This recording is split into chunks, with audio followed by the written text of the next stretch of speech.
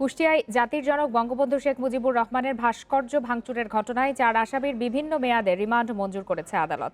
তাদের মধ্যে 2 মাদ্রাসা শিক্ষককে 4 দিন করে এবং 2 ছাত্রকে 5 দিন করে রিমান্ড দেওয়া হয়েছে।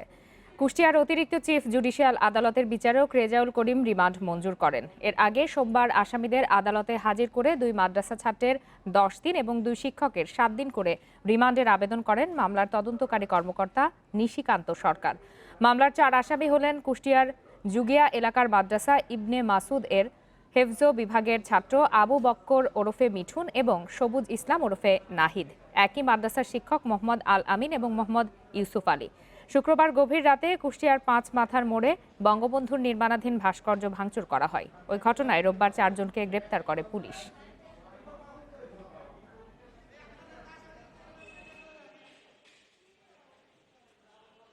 এই রিমান্ডের প্রেয়ার তারা দিয়েছেন, বাট কোর্ট তো রিমান্ড চাওয়ার সাথে সাথে রিমান্ড প্রদান নাও করতে পারে। এটা হয়তো দিন করেছে রিমান্ড দিবে, এবং এই কেস হচ্ছে রিমান্ডে দেওয়ার মতো।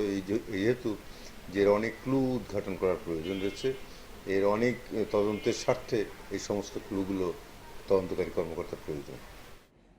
এ বিষয়ে আরো বিস্তারিত জানাতে কুষ্টিয়া থেকে আমাদের সাথে যোগ দিয়েছেন সহকর্মী মিলন উল্লাহ। মিলন, মাদ্রাসায় 2 ছাত্রকে 5 দিন করে এবং 2 শিক্ষককে 4 দিন করে রিমান্ড আবেদন মঞ্জুর হয়েছে। তো এখন তাদেরকে কোথায় রাখা হয়েছে এবং তাদের তো প্রাথমিকভাবেও জিজ্ঞাসাবাদ করা হয়েছিল, তারা কেন এই ধরনের একটি ঘটনা ঘটিয়েছে সে বিষয়ে কি তথ্য দিয়েছে?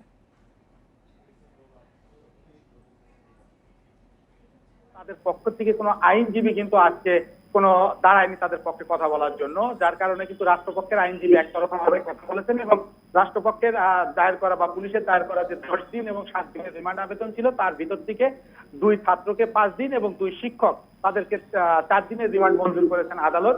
এর আগে কিন্তু সকাল থেকে আদালত এলাকা পুরা পুলিশ 3 স্তরের নিরাপত্তা ব্যবস্থা গ্রহণ করে রাখে এবং তার পরপরই কিন্তু কঠোর পুলিশি প্রহরায় এই 4 আসামিকে, অভিযুক্ত 4 আসামিকে কিন্তু জেলা কারাগার থেকে আদালতে তোলা হয়। তারপরে কুষ্টিয়া সিনিয়র জুডিশিয়াল ম্যাজিস্ট্রেট আদালত এনামুল হক, যিনি দৌলতপুরের দায়িত্বে ছিলেন, কিন্তু গতকালকে যিনি এই রিমান্ড আবেদন গ্রহণ করেছিলেন, তিনি ছিলেন অতিরিক্ত chief judicial magistrate Rezaul Karim. তিনি অসুস্থ থাকার কারণে তার স্থলে দৌলতপুরের যিনি দায়িত্বে আছেন senior judicial magistrate Enamul Haque, তিনি এই রিমান্ড আবেদনের শুনানি করেন এবং তিনি এই উক্ত আসামিদেরকে 5 দিন এবং 4 দিনের রিমান্ড মঞ্জুর করেন এবং রিমান্ডের শেষেই কিন্তু আসামিদেরকে কঠোর পুলিশ প্রহরায় কিন্তু আবার পুলিশ হেফাজতে নিয়ে যাওয়া হয়েছে এবং এখন পর্যন্ত আদালত চত্বরে কঠোর নিরাপত্তা ব্যবস্থা রাখা হয়েছে।